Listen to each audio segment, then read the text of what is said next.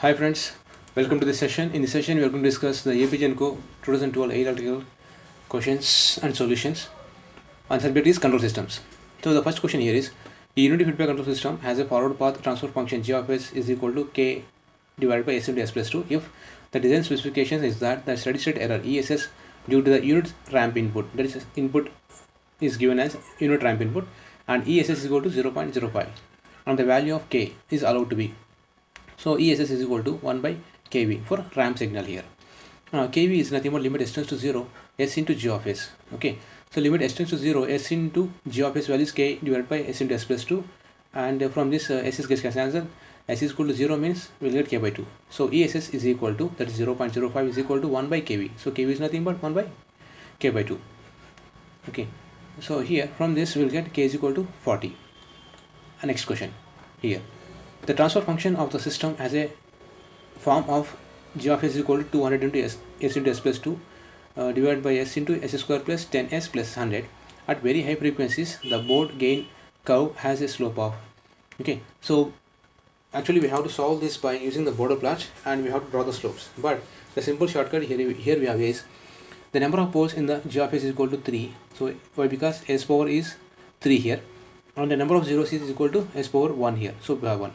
At very high frequencies, here mistaken. So here very high frequencies, board gain curve slope is equal to number of poles minus number of zeros minus number of poles. So number of zeros are 1, number of poles are going to be 3. So 1 minus 3 into 6 dB per active, or we can write the same formula as at very high frequencies the board gain curve slope is equal to number of zeros minus number of poles into 20 dB per decade. From this equation, from this what you can get, so minus 2 into 6 minus 12 dB per octave, or we can also write the same result in minus 20 into 2 dB per decibel, so minus 40. So the answer is minus 12 dB per octave or minus 40 dB per decade. Next question. The unity feedback system has an open loop transfer function g h of s is equal to k divided by s into s plus 4 into s plus 16. The root locus plot interacts with the j omega axis. So in j omega axis, where this root locus plot is going to be interact with. So in order to find that, we will use a characteristic equation. Okay, so from the characteristic equation, what you can write, 1 plus g of s into h of s is equal to 0. So from this, 1 plus k divided by s into s plus 4 s plus 16 is equal to 0. By solving this equation, we will get s cubed plus 20s square plus 64s plus k. So by using the RS criteria, we will write s cubed plus s square plus s power 1 s power 0. So s cubed term is 1, 64, and s square term is 20 k here.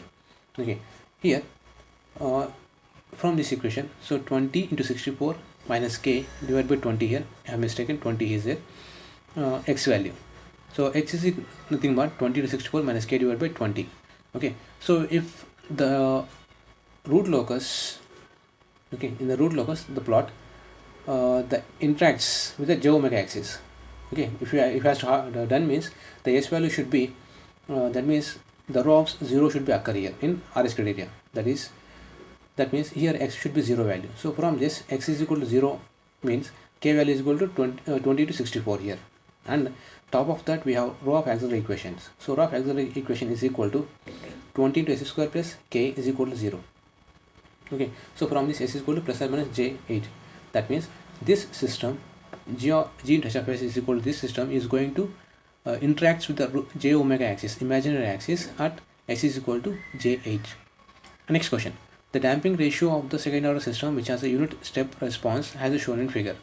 Okay, so this is the response when given to the step order step here. Okay, and we need to find the value of zeta here. So what is zeta value here? So zeta is less than 1 here. Why? Because it is an underdamped system. Okay, so for some example, say for overdamped system, the function, the response is going to be like this. It is exponentially rising like this. Okay, for zeta is equal to 1, critical damped system also slowly sluggish response. Okay, and this is the response for 0 less than eta less than 1, that is underdamped system. In underdamped system only we have oscillations exist, not in overdamped and critically damped systems. Next question. So next question here. An example of bounded signal is, so bounded signal means there should be no exponentially rising transient terms. Okay, so all terms should be exponentially decaying terms only. That means the bounded signal is represents going to be indicates the transient condition. So transient condition should be died out. It should not be carried continuously. Okay, so here e power minus 40 here. So this is the transient term, but it is decaying to 0 here. Okay, so t here, as the time progresses, our input given output also increase linearly here. Okay, but the bounded signal, it means the transient should be died out, but here transient is exponentially rising here, I mean linearly rising here. So here also exponentially rising. So here also exponentially rising here like this. That means in order to get the bounded signal, a bounded output, the transient term should be reduced to 0 as the time progresses. Okay, so here e power minus 40 is a bounded signal here, and the remaining are unbounded signal examples. And next question, the two signal flow graphs are shown in the figure are equivalent. That means this figure and this figure both are equivalent, the value of g and h respectively. So this type of problems can be solved easily by taking the Mason's-Gain formula. So from the Mason's-Gain formula, so T is equal to sigma I is equal to 1 to n here, mk delta k divided by delta. Here mk is the number of forward paths in forward paths. Here k is the kth forward path gain. So k is the number of forward paths.